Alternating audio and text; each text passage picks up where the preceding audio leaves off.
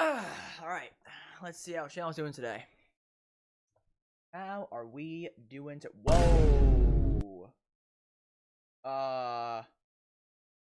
That's a lot of likes. What's up, y'all? Bounce Man here, and today I'm giving y'all a Decktech because that Imoti short did, like, really well, and I had a ton of comments asking for a deck list. So today, I'm bringing y'all a Decktech. Let's just jump into it, y'all. So, Imoti is 3 green-blue for a legendary 3/1 Naga Druid creature, and she herself has Cascade. And then spells you cast with mana value 6 or greater have Cascade. Our game plan in this deck is to just ramp super hard and then start slamming down multiple giant Eldrazi, and then support those Eldrazi with giant spells like Time Stretch, Rise of the Eldrazi, that sort of thing. That way, our board state just becomes so deadly, so lethal, so quickly, so that our opponents just can't deal with us and can't stop us. And if they try to stop us, our deck has a degree of inevitability, simply due to the fact that we just have so much card draw, so much ramp, and just ways to shuffle our graveyard back into our deck via Eldrazi Titans Shovel Triggers. So just slam down giant Eldrazi and beat face, and we're gonna get there with giant ramp spells and supporting spells to make sure our Eldrazi can really get there and not be interrupted. Emoti's pretty strong, and in this deck we are specifically built so that pretty much every time we cast her, we're gonna cascade it into more ramp. So Emoti's a great way to just help our deck ramp on curve, because, you know, turn 2, turn 3, you ramp a land, that way it gets Imoti on turn 4, and then when you cast Imoti on turn 4, you just cascade into another ramp spell. That way you can get pretty close to just hitting an Eldrazi by turn 5, or some other massive bomb, right? So Imoti is just an amazing engine in this deck, and the great part about her is that even if your opponents do kill her immediately, she didn't do nothing. You still got some mana's worth because she has Cascade. So if your opponents want to spend a kill spell on her, you're kind of fine with that, because chances are good you hit ramp with her anyways, so the commander tax kind of gets reduced in a weird, wonky way. So yeah, she's a great engine. Cynic is, of course, just the best ramp and card draw colors. And speaking of ramp, let's go over that mana base. So in this deck we play 40 lands and 3 MDFCs. That might sound like a bit much to everyone. The reason we have that is because one thing that's actually really important in ramp decks is that you actually kind of want to run more lands in ramp decks, because one thing I think that kind of doesn't really get addressed enough is that if you're playing ramp, you need to keep hitting your land drops. If you ever ramp and then you proceed to miss a land drops, your ramp in a way kind of turns into this just like really bad land. Like let's say, you know, turn 2 I 3 visits, right? I get a forest. Turn 3 I miss my land drop. 3 visits was just like a horrible land, like Rupture Spire or something like that. And I think it's a big deck building mistake that even I make sometimes, where people will cut lands for ramp with the impression that doing that will make their deck faster, when in reality it just makes your deck a lot more clunky. We're running a few extra lands along with a crap ton of ramp. We actually are running the Urza lands here, so Urza's Tower, Urza's Power Plant, Urza's Mine, because we actually run a few ways to help assemble Tron in this deck, which will be a great way to help just keep spamming giant 8 drops over and over again. We also run Crown of Forsaken Gods, which is a land attached for 2 late game. I have Ugin, it's going to reduce all our Eldrazi spells by 2. Eldrazi Temple taps for 2, 4 Eldrazi spells. And we got a brand new card coming out soon with MH3, which is Ugin's Labyrinth. It's got Imprint, where you exile a colorless card, any colorless card with mana value 7 or greater from your hand, and then the land taps for 2 if you imprinted a card, and then whenever you're ready, you can just tap the Labyrinth to return the card to your hand when you need it.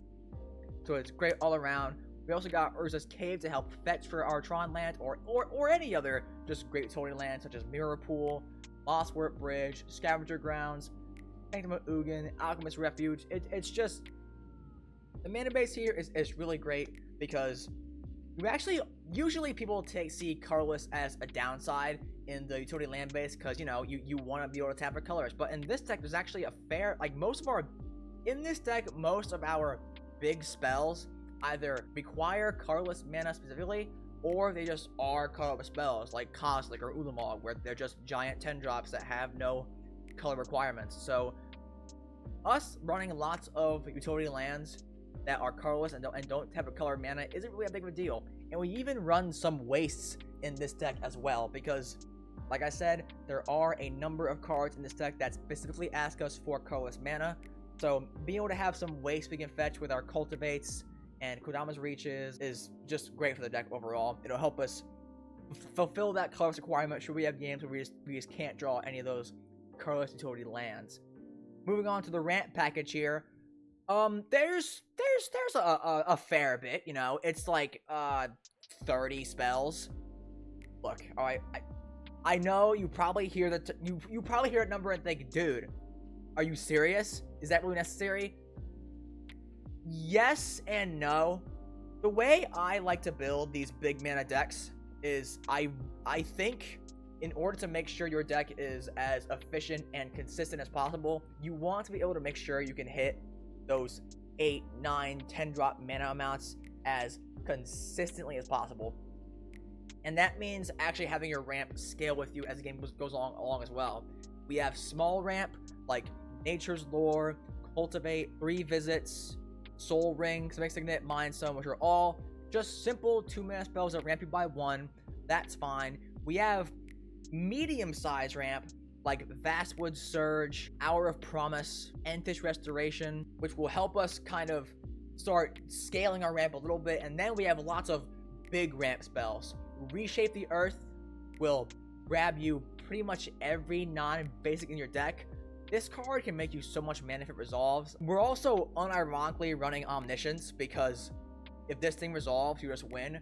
We have so many ways to just keep drawing cards as we cast spells in this deck that if Omniscience resolves, there's a pretty good chance you're going to cast like most, if not your entire deck, because every 7-8 drop cascades and draws you something stupid like 3-4 cards should you get there. We also got a mana doubler with Zendikar Resurgent. Traverse the Outlands can grab you a ton of basics if you have a big creature, and even if you just have Imoti out, 5 mana grab 3 basics isn't a bad deal either, since Imoti is a 3/1 herself and only has 3 power. The deck just really does a good way of being efficient, making sure you are constantly just on a train, making sure you can keep ramping, so that eventually, hopefully by around turn 6-7, you start casting multiple big spells a turn, multiple giant Eldrazi. For the card draw in this deck, we have a fair amount. Rashmi Eternity's Crafter will draw us a card every turn, as long as he casts spells each turn. Null Drifter, a brand new card from MH3, lets us draw 2 cards on the cast trigger, and also we can evoke it if we need to, just to dig through our deck. Coslick number 1 and Coslick number 2 are both great big card draw spells that also provide a giant body on the board. Ugin the Ineffable will just exile top card of our deck and make a blocker every turn, and when that blocker dies, the card he exiles will go to our hand, giving us card draw. And also Ugin just makes all our colorless stuff cost 2 less a cast, which is a great way to just, again, keep steamrolling, keep going forward, making sure we keep netting mana every turn. Rise of the Eldrazi is just a gigantic sorcery that draws 4 cards on cast. Seagate Restoration is one of our MDFCs, which can draw a huge number of cards. Downside of this thing is that it really doesn't draw you a lot of cards if your hand is empty already, but hopefully with how much card draw you have in this deck, that shouldn't really be a problem. Treasure Cruise and Dig Through Time are expensive spells that you cast for cheap via Delve, which lets you trigger Imoti and still get really good solid card draw for cheap. Coslick's Unsealing, Emrakul's Influence, Up the Beanstalk, and Zendikar Resurgent are all enchantments that help you draw cards as cast triggers. Emrakul's Influence is an enchantment with whenever you cast an Eldrazi creature spell with mana value 7 or greater, you draw 2 cards, which is amazing. Coslick's Unsealing is pretty much just Emrakul's Influence, but like way more pushed, where whenever we cast any creature spell in general with mana value 7 or greater, we draw 3 cards. And also, whenever we cast a creature spell with mana value of 4, 5, or 6, we make 2 0/1 Eldrazi spawns, which can be great blockers for early game, or we can stack them to make more mana late game. And Up the Beanstalk and Zendikar Resurgent will both give us card draws for casting our big creatures. as you may know, Eldrazi are gigantic creatures, with many of them having a funny little keyword called Annihilator, where whenever a creature with Annihilator attacks, the defending player sacrifices that many permanents equal to the Annihilator value. So, Ulamog, the Infinite Gyre, Cosmic Butcher of Truth, It That Betrays, Lair of Loyalties, Argent of Kozilek, Path Razor of Ulamog are all just amazing, gigantic creatures that can destroy someone's board state without a problem. Echoes of Eternity is a new card coming out with Modern Horizons 3, which will double every colorless spell and every colorless ability you control, which is just insane for value. Duodock will help your deck really to start going turbo mode, giving your giant mana value 7 or greater spells that are colorless cascade twice.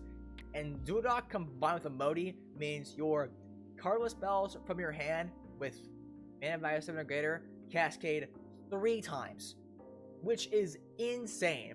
Every single colorless 7-drop now becomes a 4-for-1, which is ridiculous. The table will not be able to handle that type of card advantage. Once you reach critical amounts of mana, you can play extra turn spells like Rise the Eldrazi and Time Stretch to really give yourself enough time to establish a player wiping out board state, which once you get there, the table really shouldn't be able to deal with. And if they can, guess what?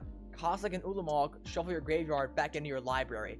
So even if they do succeed in killing your board, you can just shovel your graveyard back into your deck and just cast them again, which gives the deck this really good sense of inevitability, where no matter what the table does, they just can't survive, minus something like a farewell. But we have ways to stop that. In order to achieve this very proactive, strong, resilient, fast, mana-heavy deck, there has to be some give and take. And unfortunately, the cards that have to take a hit to make this possible is the instant speed interaction slot. We still do run some, but that's the package of a deck that just has to take a hit in order to make this deck function. But we still do have some interaction. Desecrate Reality is a 7-mana 3-for-1 that also functions as recursion, letting you get back any odd mana value permanent from your graveyard to the battlefield if at least 3 colorless mana was spent to cast this spell. And then our main counter spells are Mystic Confluence and Sublime Epiphany. Now, the reason we actually play these and don't play like regular counterspell is because if you cascade into something like a negate, that feels terrible. You essentially just wasted a cascade trigger. But Sublime Epiphany and Mystic Confluence are counterspells you can cascade into that still do something besides just counterspells. Mystic Confluence can return creatures to their owner's hands and or draw you cards, and Sublime Epiphany can return things to someone's hand, make token copies of creatures you control, and it draws you a card.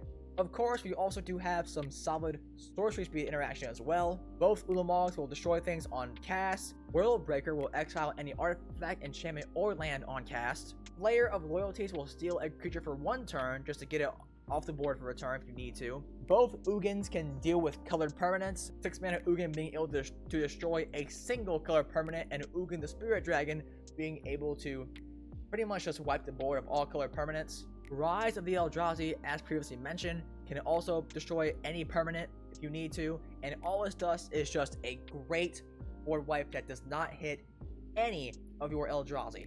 Yes, it does hit Imoti, unfortunately, but it's still a very good board wipe in this deck, considering the fact that it can do away with your opponent's boards and keep yours mostly intact. So yeah, here's a sample deck list. Looks pretty good. A link to a deck list will be in the description if you want to check it out for yourself. Maybe copy it, change it to how you want to. There are cards in here you don't agree with, that's fine. You can export a deck list, make it your own, change certain cards how you want, whatever you want to do. But now, let's do a simple Goldfish playtest of this deck to make sure everything can just function pretty well. So we're here in the Moxfield playtester. The point of this is just to make sure our deck can function smoothly and we can cast our spells on curve, our deck will actually function, that sort of thing. So do take this playtest with a grain of salt, as you should keep in mind that during actual games, there will be 3 other opponents who will likely have ways to interact with you in some way. But turn 1, this hand's pretty good, so we're going to keep this. We'll draw a card for turn. Get Rise of the Eldrazi on top, not bad. We're just gonna play a forest here and pass turn 2. Turn 2, we draw our Searcher tomorrow. Okay, not terrible. We'll play Urza's Power Plant here, and we'll tap 2 to Nature's Lore. Going to grab any forest card and put it into play untapped. Alright, turn 3 here. We're going to play a Flooded Grove here. And we'll cast a Growth Spasm, which will let us grab any basic land into play tapped, and will also make an Eldrazi spawn. I'm actually a big fan of this card in this deck. It's a little weird. I know it is 3-mana land ramp that only grabs 1 land, but the Eldrazi spawn, I like to think, kind of makes it so that it's like, it ramps you for 2, but only once. It references Eldrazi in the card itself, so it's just a flavor win in a way. Move to turn 4, draw a Dig Through Time, not terrible. We'll play a Waste here, and we'll tap 5 and cast our commander, Imoti. Cascade trigger, looking for a spell with mana value 4 or less. We had a Mind Stone. Cool, that's fine. We'll cast that, ramp some more. I could honestly search for tomorrow here with the spawn token, and ramp by another land. 5, 6, 7. We have 8 mana right now. I honestly think we might have to dig through time next turn just to dig for some real bombs here. Yeah, I'm gonna pass here. Ooh, top deck a Soul Ring. Okay, that's pretty good. Play a forest. Tap our Mind Stone for a Soul Ring. We have 3, 7, 9 mana here. 10. We need 12 for Rise of the Eldrazi. So I think our best bet here is to tap 3 for Search of Tomorrow. Grab an island here. Unfortunately, our hand did not have any 7 or 8 drops we could cast. So if we had one in our hand, we would have cast that this turn, obviously. But unfortunately, there's no giant Eldrazi creature we have in our hand right now. So we have to just pass the turn here and feign a counterspell. And then on our opponent's end step, we would cast Dig Through Time. And of course, we only have 3 cards in the graveyard, so we got Delve all the way. So Dig Through Time actually only costs 5, which we can still pay. We'll look at the top 7 cards of our library and put 2 of them into our hand, which gives us these options. We definitely need a creature next turn of some kind. So I'm probably going to say it's either Breaker of Armies or World Breaker. We could also grab Ugin here as well. He would give us some card draw, make some blockers, and reduce our Rise of the Eldrazi by 2 as well. Plus we have Reshape the Earth, which is a great mana enabler as well. Yeah, we're going to grab Reshape the Earth here and Ugin, and we'll bomb the rest. Move to turn 6 here. Play a Scavenger Grounds for turn. We have 3, 4, 5, 6, 7, 8, 9. Oh, sorry, I should be in the graveyard. 5, 9, 10, 11, 12, 13 mana here. We can honestly just cast Rise of the Eldrazi here just now. Get some card draw, take an extra turn for this one. Yeah, we're just gonna tap for 12 here and cast Rise of the Eldrazi, I think. 6, 7, 8, 9, 10, 11, 12. Tapping out for Rise of the Eldrazi. We will Cascade off of Imoti. And that's a Ulamog, which also gains Cascade from Imoti. So we Cascade again. Looking for a 9-drop this time. Devourer of Destiny. Hey, that's a 7-drop. So guess what? It gains Cascade. We'll Cascade for a 6-drop. Don't hit that. Don't hit that. Kodama's Reach. Sure. That's fine. See what I do? we just hit 3 spells off of Rise of the Eldrazi from Emoti's Cascade triggers, dude. I'm telling you, she's nuts. She is crazy. She is crazy strong, dude. And that wasn't even with any sort of planning. We just naturally hit that. We have a Forest and a Waste here. Get that last Waste out of the deck. Attack, put the Forest on our hand. We'll cast Devourer of Destiny, which exiles a permanent on our opponent's board for more colors. Ulamog's Cash trigger finally resolves. We'll exile 2 permanents. And then Rise of the Eldrazi itself triggers. So we'll destroy a permanent, draw 4 cards, and then we'll take an extra turn after this one. We will pass to ourselves here. So for clarification's sake, I'm actually not going to use the turn button here up here. I'm actually just going to manually untap all my stuff here. We'll draw a card for turn. Draw an Arcane Signet. we'll play an island here. We have 6, 8, 9, 10, 11, 13, 14, 15 mana here. It's pretty good. We actually can cast Ugin and Reshape in the same turn here, which is pretty nuts. We will Reshape the Earth here, I think. That seems pretty good to me. 3, 4, 5, 6, 7, 8, 9. Reshape the Earth. We'll Cascade. Up the Beanstalk. Cool. That's fine. We cast it. ETBs. We draw a card. Draw an Urza land. Unfortunately, that means we actually won't be able to get Tron this turn. But the lands are tapped anyways, so how much does it matter, really? Alright. We grab 10 lands. So we'll grab a Shrine here. A Temple. Grab a Mirror Pool. A Thespian Stage. Temple the False God. Urza's mine. Make them of Ugin. Eye of Ugin. Mosswort Bridge. Got 2 lands left. Yeah, that's good. We'll grab Mosswort Bridge and we'll grab a Alchemist's Refuge, letting us get some flash every now and then if we need it. So, we just ran by, let's see here, 2, 4, 5, 6, 7, 8, 10 in a way, because we'll have Tron next turn. 11, 13, 14, 15. And Monster Bridge will trigger. We'll hide away 4. And that's our Kozilek. Alright, cool. Yeah, we'll hide away Kozilek. We can actually trigger Hideaway next turn as well, which is pretty good. Put the rest in the bottom of the library. And I honestly think that's a pretty good place to stop. This is only turn 6. It's turn 6 and we have this much mana. That's how insane that's how insane 30 ramp spells is. This deck can go so fast, so hard, so big. It's really nuts. Yes, we do take a hit in our instant speed interaction package, but I think the trade-off is totally worth it and is honestly just a fun change of pace. But yeah, thank you all for watching. Remember, a link to the deck will be in the description down below, so go check it out if you want. You can edit deck to your own liking, change cards how you like, maybe even just buy the deck as is if you like it. And remember to upgrade the deck with all the brand new Modern Horizons 3 cards that will be coming out, what, a month from now? I don't know.